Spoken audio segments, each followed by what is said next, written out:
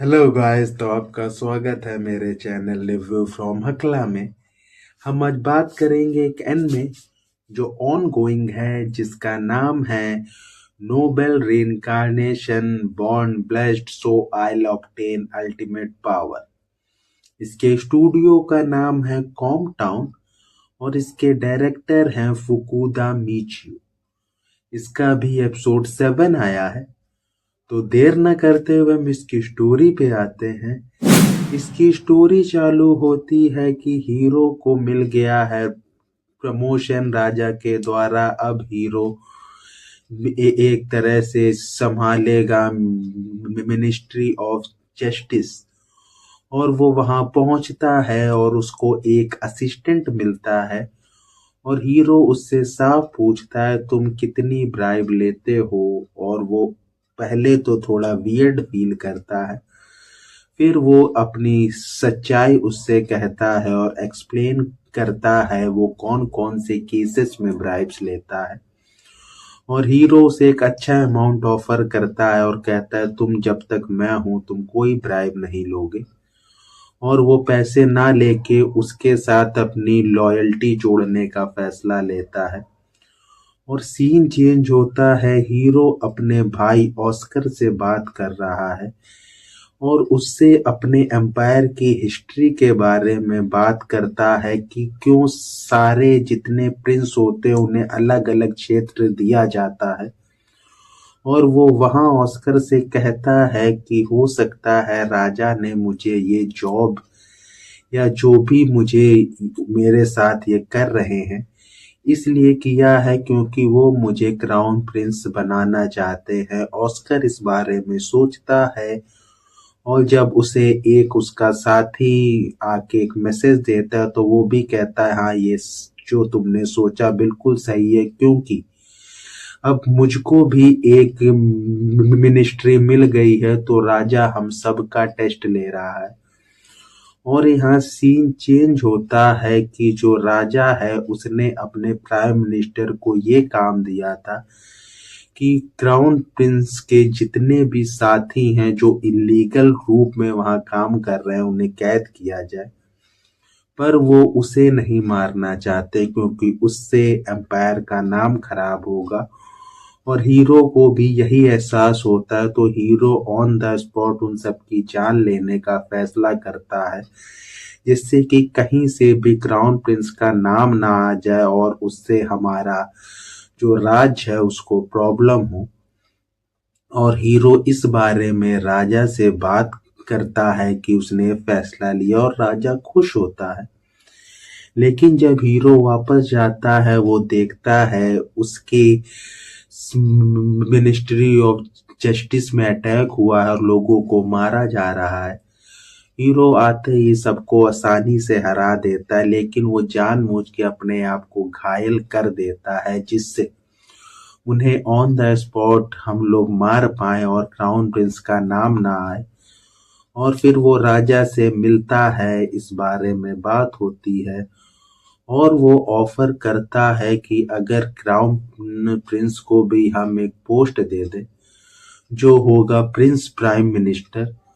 तो राजा पहले मना करता है पर हीरो के अच्छे से समझाने पर कि वो सिर्फ एक पोस्ट हो सकती, उसका कोई पावर नहीं हो सकता, राजा मान जाता है और उसे रिवॉर्ड देने का फैसला लेता है और उसे अपने वहां ले जाता है जहां ट्रेजर रखे और हीरो चूज करता है एक चीज और एपिसोड यहीं खत्म हो जाता है। तो हम बात करते हैं इसके रिव्यू की। ये जो एपिसोड आया है एपिसोड 7, ये मैं कहूँगा अच्छा भी है, वियर्ड भी है और कभी कभी धीमा फील होता है। आपको ये एपिसोड देख के ऐसा फील नहीं होगा कि 20 मिनट बहुत फास्ट बीत गए या कुछ ऐसा हुआ। पर हाँ, ये पूरा 20 मिनट चाहे लोग स्टोरी धीमे लेके जाए, टॉक धीमी करे, वॉक धीमी करे, उसके बाद भी बोरिंग फील नहीं हो रहा होता। तो ये मैं कहूँगा सबसे अच्छी चीज है। और इसमें जो अभी तक मुझे इस सीरीज में सबसे बेस्ट चीज फील हुई है वो हीरो का बिहेवियर, बात करने का तरीका, वॉक करने का तरीका, हर चीज। क्योंकि जैसा कि शो हुआ था कि हीरो को अपनी पास्ट मेमोरीज याद है, तो जितनी हमने सीरीज देखी है कि उन लोग वो जैसा प्रिंस को बिहेव करना चाहिए था वैसा जितनी सीरीज आती उसमें मेन कैरेक्टर कभी बिहेव नहीं करता है, क्योंकि उसे अपनी पास्ट मेमोरी याद होती है।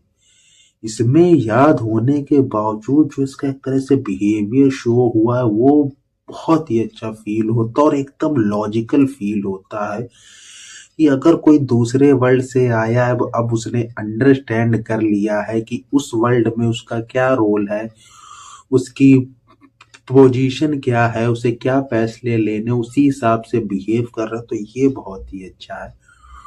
और इसमें ये अच्छा शो हुआ है, जिन चीजों पे हम ध्यान नहीं देते उन्होंने इन चीजों को हमें शो किया है कि जो राजा होता है, प्रिंस होता है, उसको बहुत सी चीज सोचनी होती है कोई फैसला लेने से पहले। जैसे जब क्राउन प्रिंस को सजा देने या मारने की बात आती है, उसके एकदम दोषी होने के बावजूद भी उसे माफ किया जा रहा है, थोड़ा दूर रखा जा रहा है। तो ये जो इसमें टेक्निकलिटी शो हुई है वो मैं कहूँगा काफी हद तक अच्छी है।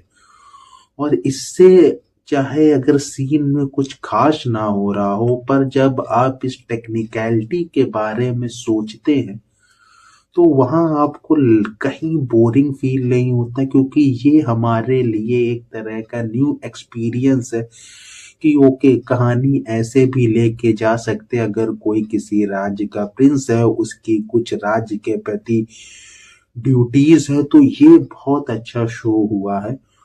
और इसमें जो हीरो है अब वो एक तरह से राजा बनने की राह पे जा रहा है, वो बहुत अच्छा है। एनिमेशन मैं कहूँगा काफी हद तक अच्छा है।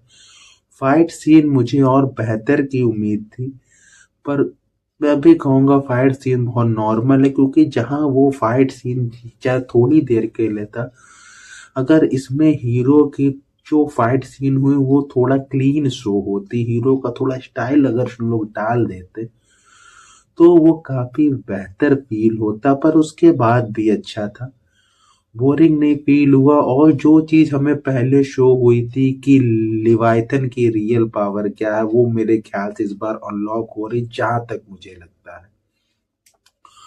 तो अगर मैं इसे रेट करूं, मैं दूंगा 10 में से 7, क्योंकि चाहे कहानी अच्छी थी पर इसके वीक पॉइंट्स बहुत है, हमें बहुत कुछ सीखने को मिलता है, बहुत कुछ जानने को मिलता है, पर ये स्टोरी अगर चाहते और बेहतर रूप में जाती, लेकिन तब भी मैं कहूँगा काफ़ी ठीक है। तो ये रिव्यू हम इसी के साथ ख़त्म करते हैं। Bye bye.